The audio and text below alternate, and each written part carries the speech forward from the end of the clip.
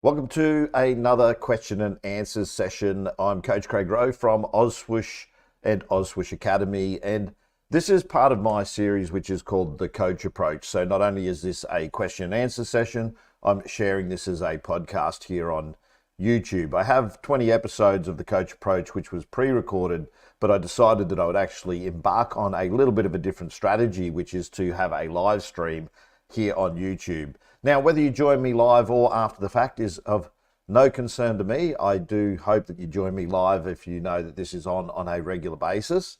Then you're welcome to send me your questions that you may have. But most of the questions that I am sharing at the moment are actually questions asked on either Facebook and or they're being asked on Reddit. So what I'm doing is I'm collecting questions that are most commonly asked by both beginner players and beginner coaches and phys ed teachers. So if that sounds like you, then hopefully what I'm going to share with you today is some of those answers to the questions that most come up for people in that situation who are just starting out. So I've been coaching basketball for 30 odd years, and I am also a endorsed coaching educator here. So I've been extremely passionate about helping coaches help their athletes learn. So the content that's on my channel here is designed to help beginner coaches and teachers, but I also have athletes come to the channel to check out content, which I'll talk about later, which I don't heavily promote, but it is there if you're an athlete and you're looking for some content to help you learn the fundamentals of the game, then I can certainly help you with that as well. So let's get into today's Q&A session. We'll start with the very first question, which is a simple one. It's, I've been practicing, and when I play with my friends, I have flow and I feel loose.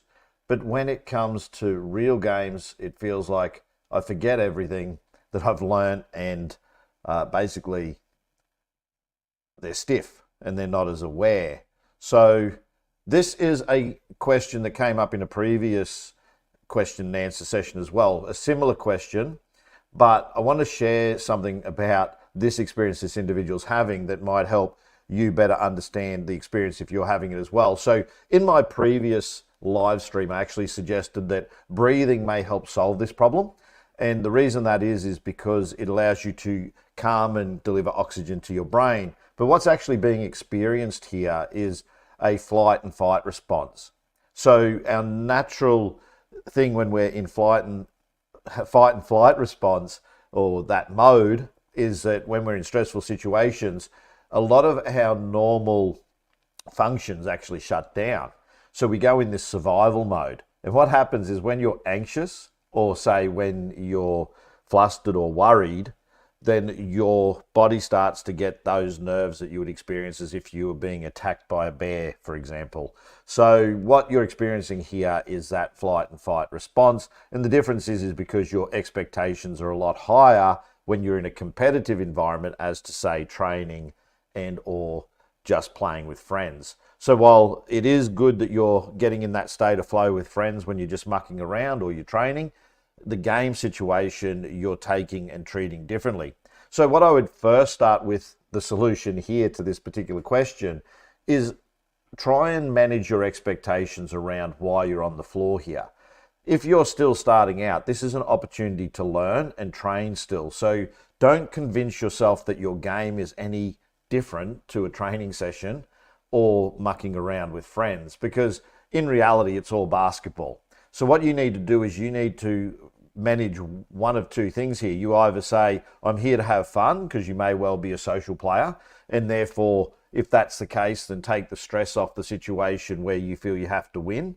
Or if you're a competitive player, then maybe you're not being and competing at the same level when you are in that state of flow with your friends and or at training. So what you need to do is you need to apply whatever level of training you want in game.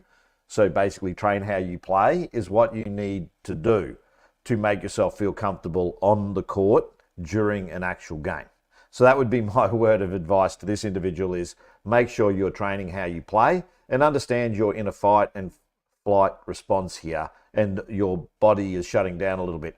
Breathing does actually help this. As I said in a previous video, make sure you're breathing through your nose and out through your mouth, because you'll deliver 20% more oxygen to your lungs if you breathe in through your nose, which is a huge problem that a lot of beginner basketball players actually have. So let's look at the next question.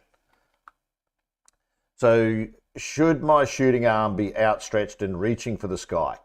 My basic question is, should my shooting shoulder be raised and arms outstretched after I shoot?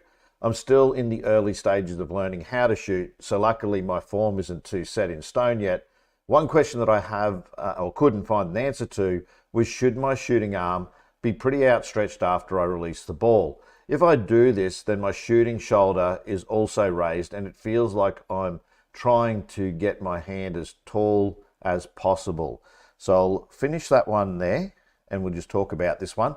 So you're trying to get this really good arc on your shot. So the basketball ring is actually the width of two size 7 basketballs side by side. Now, a lot of people don't actually realize that. You can fit two size 7 basketballs side by side inside a hoop. So what this means is we miss a lot. So the arc is really important.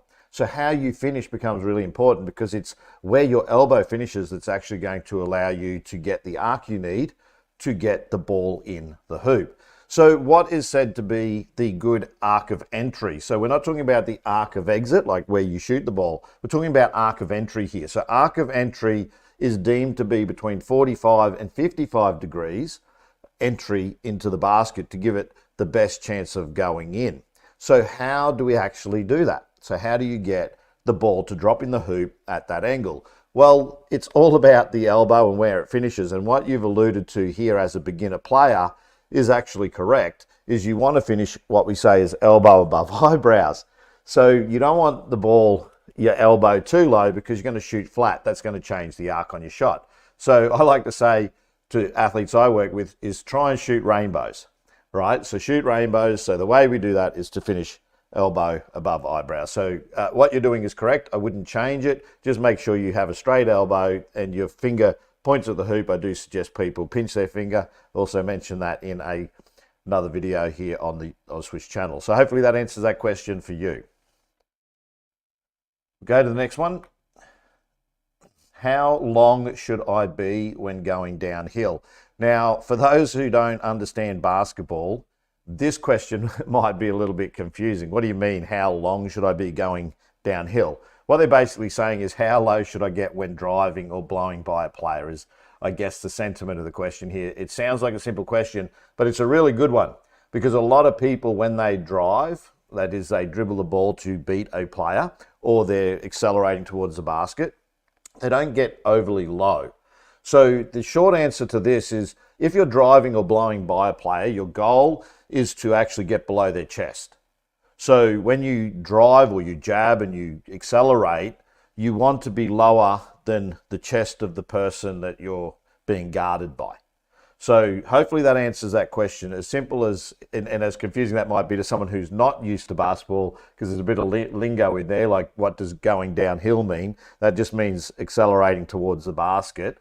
They're not saying where they're defended here, but I'm assuming that they're basically saying how low should they be when they pass their defender or to try and beat their defender. Short of it is we're trying to get below the chest of the person that we use the term blowing by or blow by.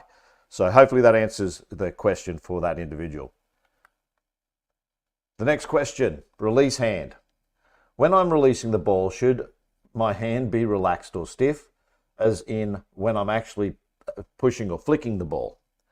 So another question that's a common one from beginner athletes is how loose their wrist should be. Now, in basketball, I would recommend that you are relaxed, much like driving a car. Well, most young people won't know this experience, but you don't want stiff hands on the steering wheel. So we'll put it in that analogy as well, is shooting a ball or bouncing a ball in basketball, your wrist should be relatively loose. It's how we feel the shot. If it's too stiff, you're going to reduce some of the energy you need to make the shot at a great distance.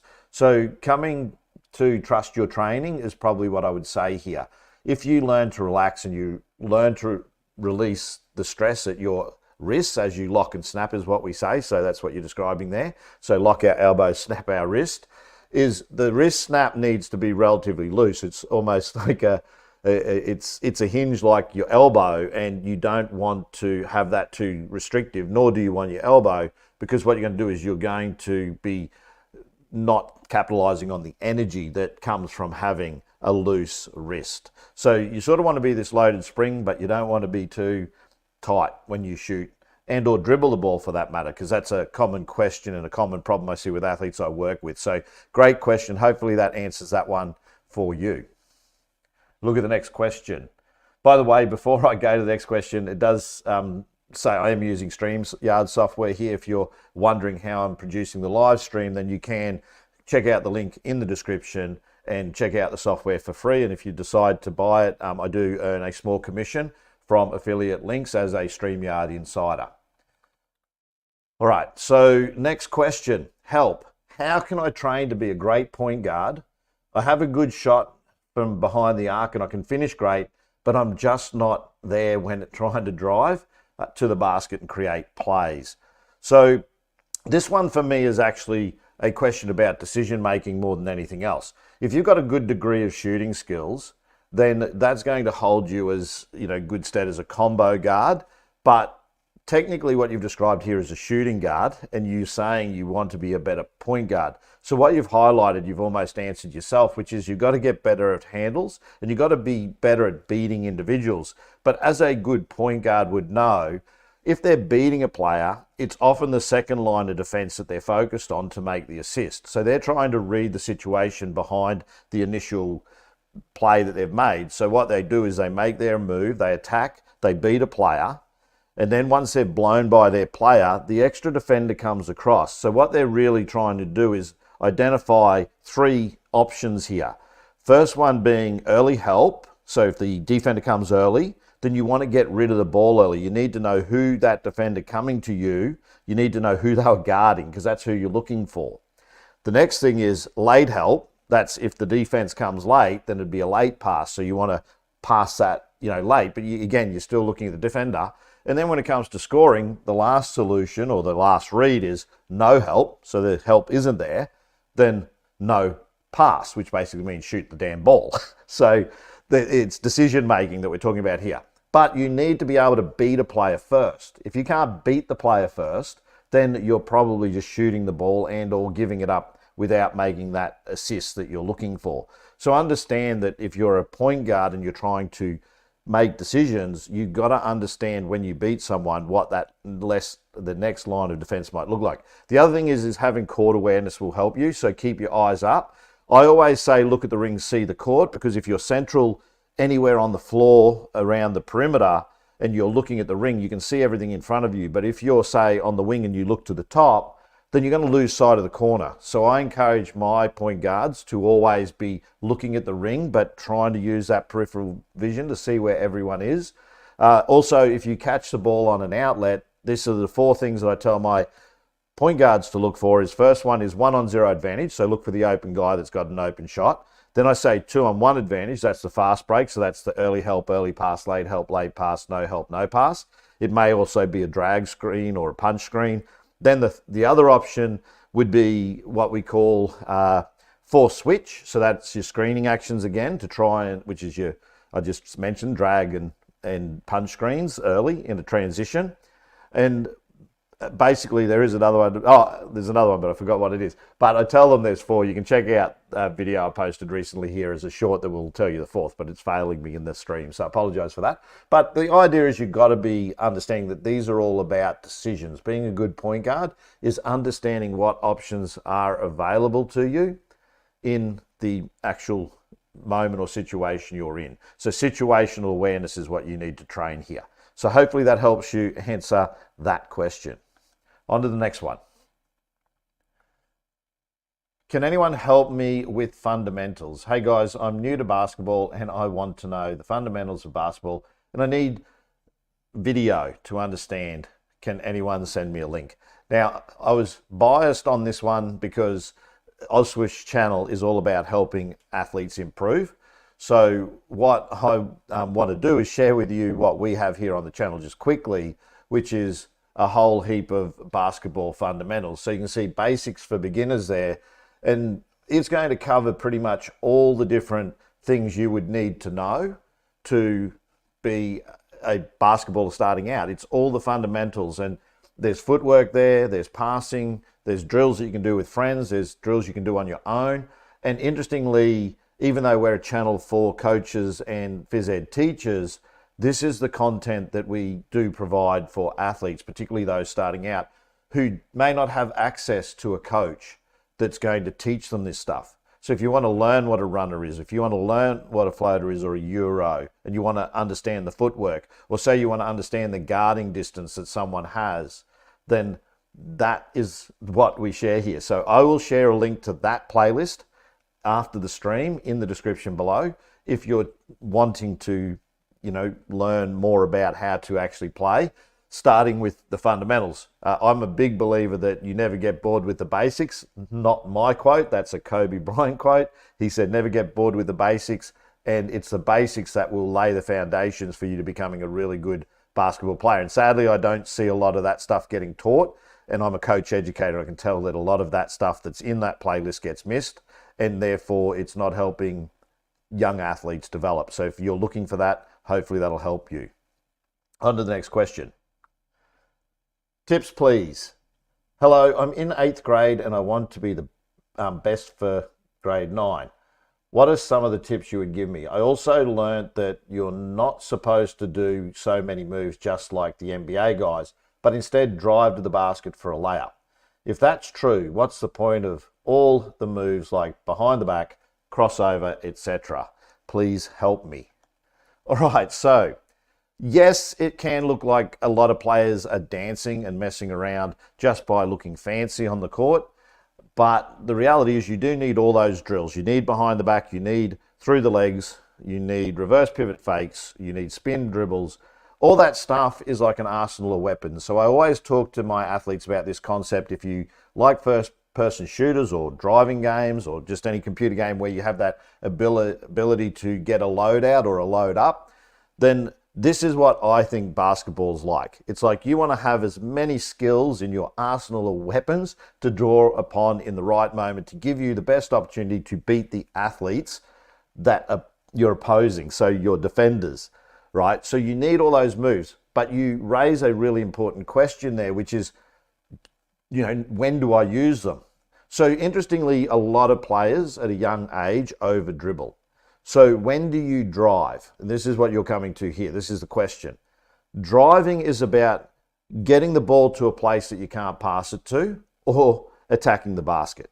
So using those moves are all change of direction moves. So they're designed to beat a player. Stutter step, inside out or onside dribble, hezzy, all those moves, the next phase of that move that you make, crossover, through the legs, behind the legs, whatever it might be, it needs to be explosive and is normally resulting in a blow-by against your defender.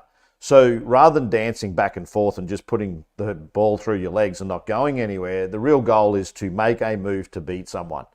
All right, and that's what you're talking about here, and that's really important. You need to beat a player going downhill in the shortest amount of time, else you're just wasting time, particularly in the shot clock game. So if you're just dribbling through the legs, being inefficient with that ball in that moment, not going anywhere, your teammates will get frustrated and the clock will run down and you'll lose the opportunity to take a better shot or a good shot. So don't over dribble is what I'd say. Know that you dribble to where you can't pass it is the goal, and don't spend your dribble too early. And lastly, make sure if you are driving and doing these fancy moves that you're doing them to actually beat someone. Else you're just wasting clock and you're also not achieving the goal, which is getting the ball in the hoop because you're dancing around with the opposition. So hopefully that helps answer that question for you. I'll just say g'day to Mark. G'day, mate. Hope you're well. Thanks for popping by and watching the live stream today.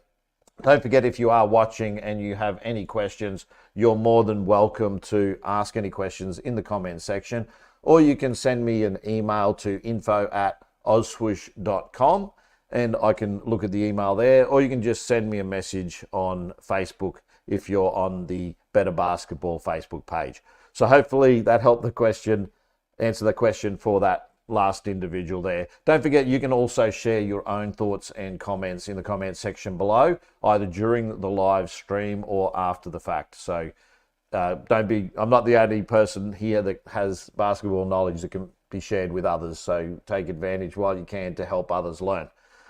All right, next question.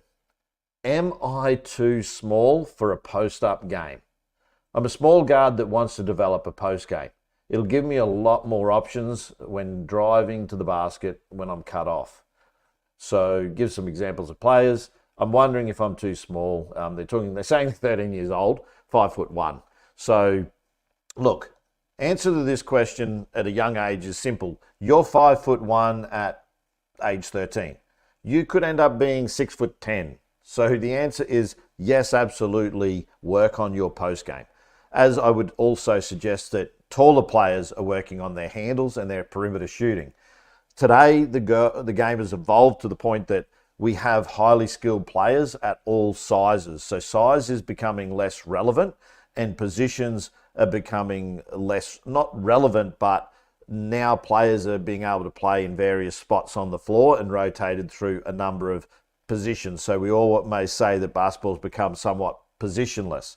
So the answer to that is if you've got a post game and you're matching up against someone of roughly your height, maybe a little bit bigger and or ability, or you have more skills than that individual that's of a similar height, then absolutely you should be able to dominate that individual in the post, and you should as a team be able to identify that. So the short of it is don't limit yourself, particularly at age 13. You need to be working on all aspects of the game. You need to be focusing on the footwork in the post so you can post up people of your rough height and or ability.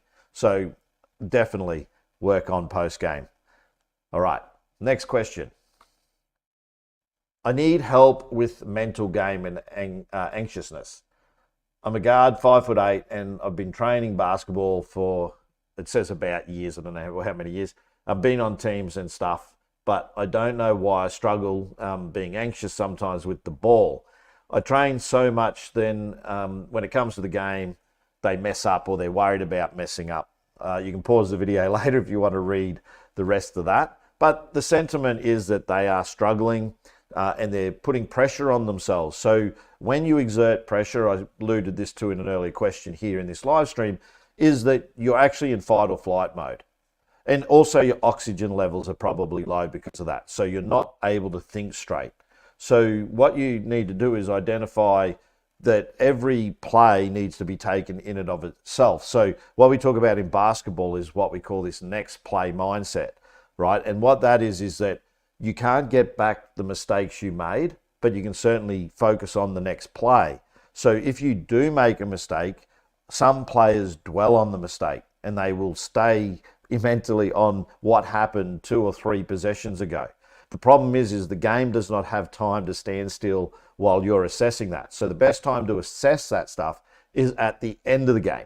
Work out what you did wrong and then improve the next game. So every time you step on the floor, you want to be better is the goal. So how's a simple way that might help you manage this is something I did as a young guy, because this sounds like me when I was your age. I don't know how old you are, but potentially younger than me, that's for sure. I used to wear a rubber band, one of the skin tone type elastic bands on my wrist, and I share this with athletes that experience a similar thing to help me focus on the next play, because I would actually be stuck in a moment when I made a mistake. I'd be really hard on myself. And that's not a bad thing. The fact that you're concerned about it tells me you're worried about being a better player. But it doesn't help you in game to be taken out of the play or the next play because you're worried about the last one. So how do we solve that? Sports psychology suggests that triggering or anchoring is a really good way to move forward for the next play. So for a period of time, almost a year, no one ever noticed this, by the way. Referees and teammates never noticed I was wearing a rubber band on my wrist, because I know that because no one ever asked what I was doing or why. But I used to flick the rubber band on in game if I felt I made a mistake. Sometimes you are harder on yourself than your teammates or coach because everyone's making mistakes and you think everyone's looking at you, but the reality is no one is, but you're hard on yourself. So what happens is you can flick that rubber band, and when it flicks, it's not so much a punishment or a penalty as a trigger to say, move on, you can't get that play back, move on to the next play. So I just used, instead of dwelling on it, I would just flick the rubber band and move on, next play mindset. So hopefully that helps you solve that problem for you, and just understand you're in fight or flight mode. So breathing as well. I'm going to come back to the importance of breathing in our sport, particularly for beginners. Go on to the next question. All right. Afraid, I think this is our last question. Afraid to be the ball hog. We haven't played a game against other teams in about 6 months. Those 6 months is when I became a good player. Not stressed anymore. That's good. And they're not stressed playing in practice. And they thought all that would translate into games. But when they played an actual game, they were too stressed and they were too afraid of being a ball hog with the team, so they didn't really shoot the ball. And it's asking, when is a point guard considered a ball hog, and when is it actually supposed to create and score? So when is a point guard considered a ball hog? That's a really interesting question, because I think the best point guards, particularly the ones that I've worked with, focus on making their teammates better first and making their teammates get the shot. So they're looking at the assists. They're looking at how can I get everyone involved. If you're a point guard, that is absolutely your job. But the downside to that is you then say, well, where do my points come from? When do I contribute? So this is really, again, a lot of this is decision making. So I already talked about early help, early pass, late help, late pass, no help, no pass, when you beat someone downhill. We talked about downhill before. And you've got that second line of defense. That's where you're going to find whether you're going to assist or score.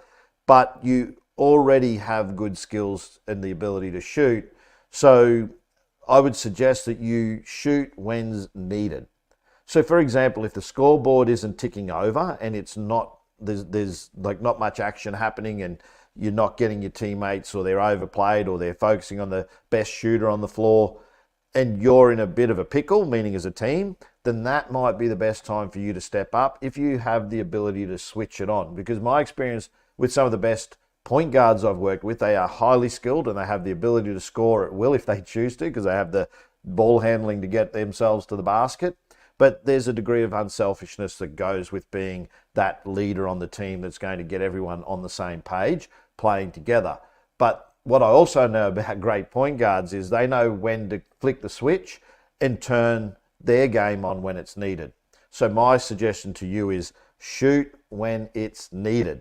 All right. Now, a strategy, I was a shooting guard, but you wouldn't want me to actually have the ball in my hands, because it was probably a bit of a black hole. It probably wasn't coming out. But I can tell you that the whole idea of shooting the ball is to make sure it's in the right hands at the right time. And that is your job as a point guard. And sometimes the right hands at the right time is actually you. So the old adage is, always look for a better shot, but sometimes you may well be the best shot.